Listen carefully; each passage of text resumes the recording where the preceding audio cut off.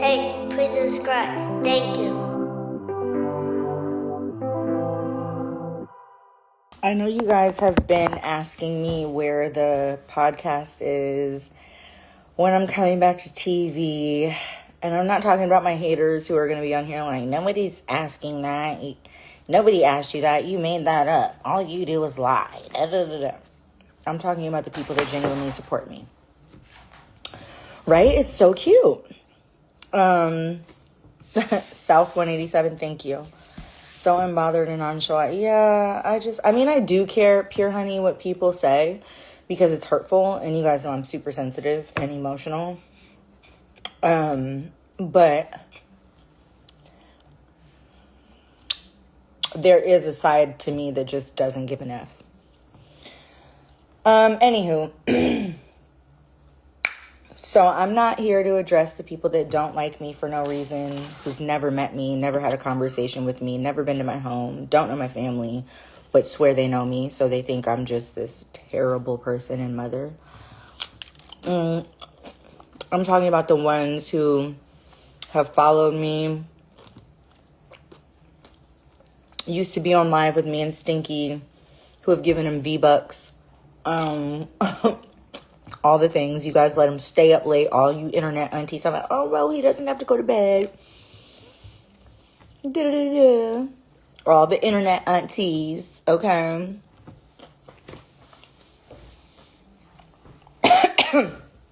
Meanwhile, your insta-nephew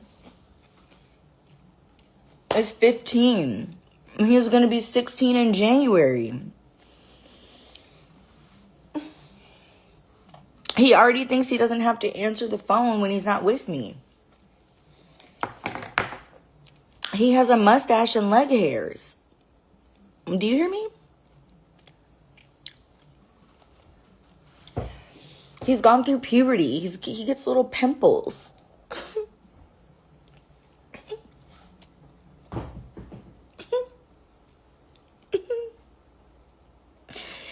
And every time I ask him if he has a girlfriend, he's like, no. Because he's in high school now, bro. I'm like, Cam, are there any cute girls at your school? No.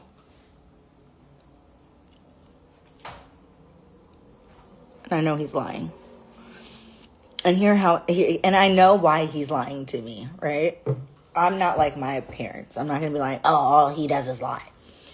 He's lying to me because he knows, because I've told him that when he gets his first girlfriend, mommy is going to die.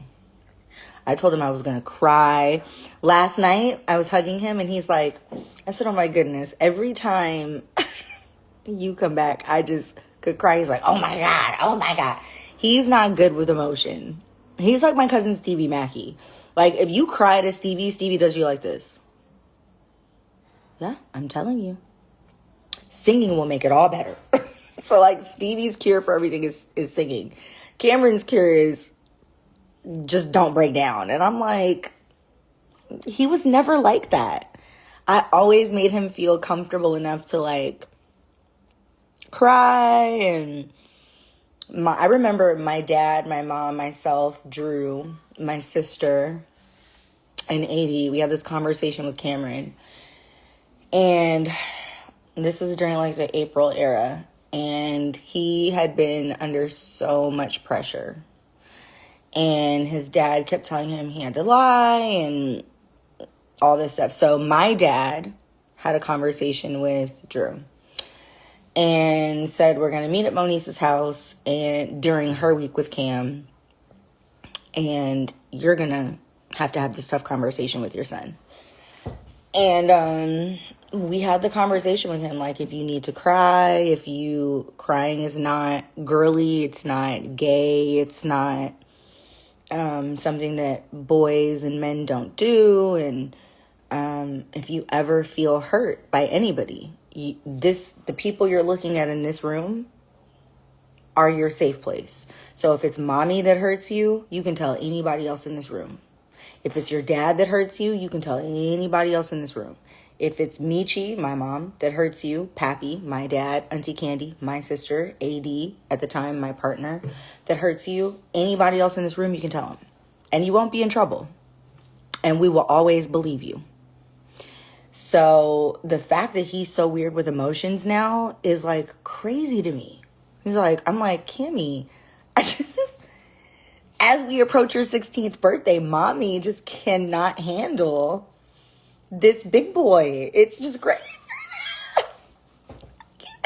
And I'm like, I could just cry. And you look just like me. It's insane. And he's like, oh God. So whatever. So, and then I told him, like, you don't think you're my twin? You're mommy's twin, baby boy. Look at my bookie butt. And he's taller than me, and that's what did it. He's finally taller than me. I'm not going to leave him alone. That's my stinky man. And that's my Beano. Look at mommy's baby. Look at stinky butt. And then, like, when his friends' parents come to pick them up, him and his friends, one friend in particular who's like his brother, the friend's name is Moniece. The friend's dad's name is James. So anytime James comes to pick the boys up for me, he's like, come on, Beano. Hey, Bean. Cam's like, ugh. Because that's what me and his dad call him. But yeah, and look at my baby. Thank you, Miriam. And you want to know what's so crazy? I can tell that he's going through, like, his awkward phase. Right? Like, he's in the middle of puberty. He doesn't know what to do with his hair. He's getting little pimples. Like, and then he's starting to slowly but surely look at his nose and look at my nose. And then if you look at his nose compared to his dad's nose, I remember when they laid him on my chest, I was like, oh God, he got the nose and the hands. His dad's hands are like baseball mittens. They're short. And the fingers are short, the fingers are stubby, and his hands are wide. And Cam came out obviously like this. So I'm like, oh God, he got the nose and the hands. And then when I pulled the little blanket back, I was like, he's so hairy. And then Drew was like, yeah, he got that from you. So Cam always tells people, yeah, I got the hairy gene from my mom. So, because I'm a hairy. But it's just funny because I love it, because I just know his dad hates it. Every time you look at this boy, you got to see me. And I know he looked like his dad for the first, like, 2 years, 2.5. That baby hit 4. Please. Other than the nose and the hands, we didn't see nothing about a Frederick, right? That baby is a slaughter through and through. So when I was telling him last night, I'm like, you look just like me. I could cry. He's like, oh God. But here's how I know he might have a little girlfriend, right? So I asked him.